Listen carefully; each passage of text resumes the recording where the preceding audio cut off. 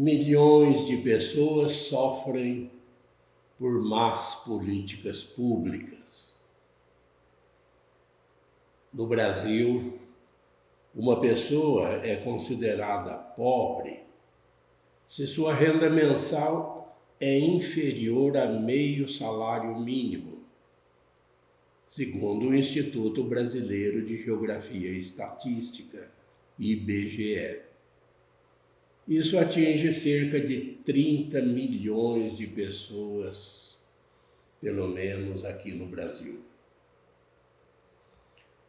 Num país que acaba de divulgar que já somos 212 milhões de habitantes, e ao nos depararmos com um imenso número de pessoas que ganha um salário mínimo por mês,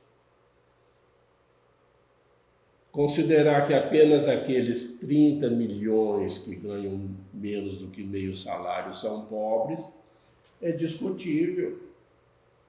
Que um salário mínimo por mês, nós sabemos que é uma renda mínima, insuficiente para uma melhor qualidade de vida.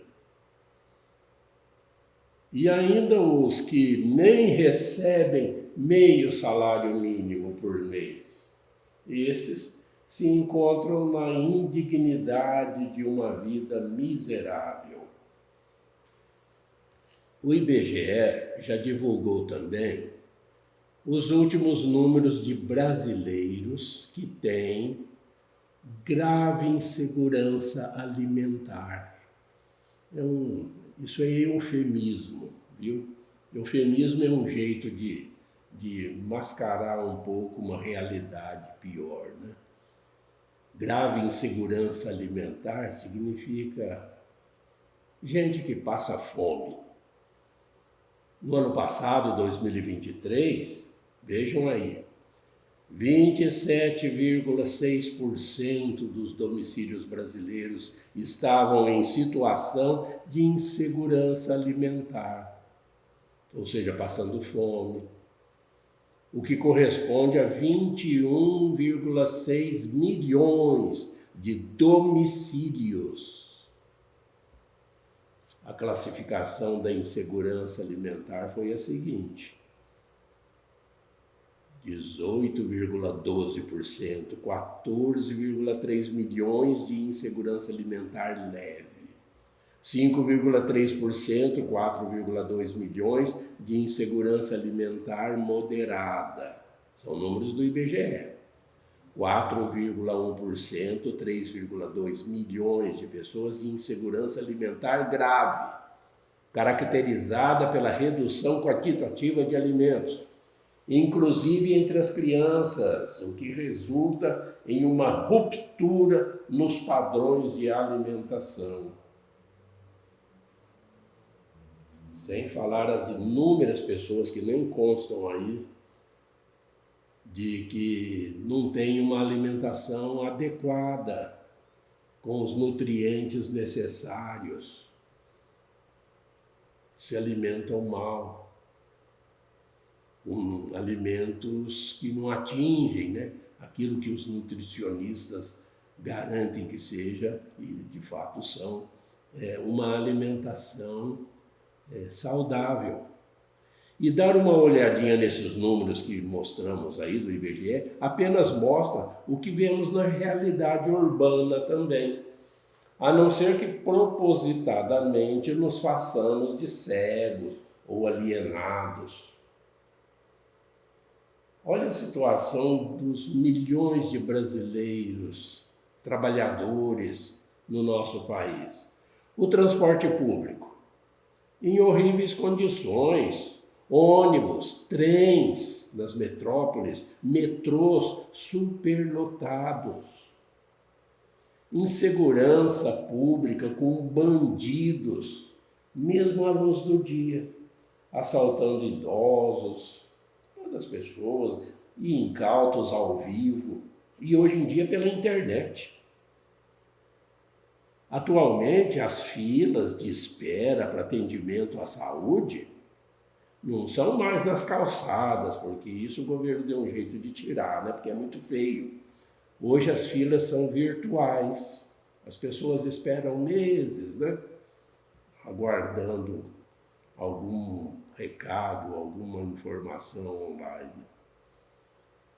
Multidões de trabalhadores se arriscam nos caóticos trânsitos urbanos, em bicicletas, garupas de moto, veículos quase sem condições de trafegar.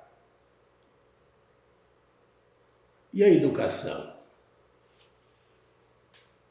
Tão ineficiente que milhões de jovens, mesmo os que conseguem cursar até o ensino médio, saem das escolas com dificuldade de leitura e de fazer cálculos.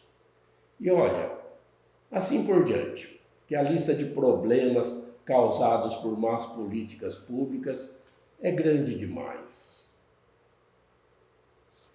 E agora, nesse dia da independência do Brasil, que a gente celebra todo ano, né? 7 de setembro, atualmente nós estamos celebrando do 102º aniversário da independência de 1822, desse riquíssimo Brasil que, no entanto, já teve e ainda tem suas imensas riquezas exploradas e daqui levadas por centenas de nações ao longo de seus poucos mais de 500 anos.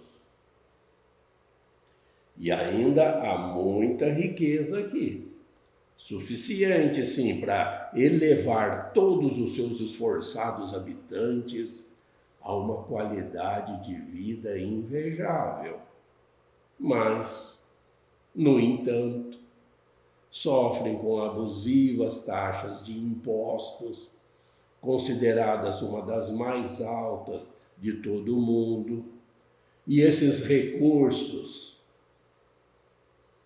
são para sustentar o quê? Prioritariamente, os altos custos da máquina pública, das más políticas públicas.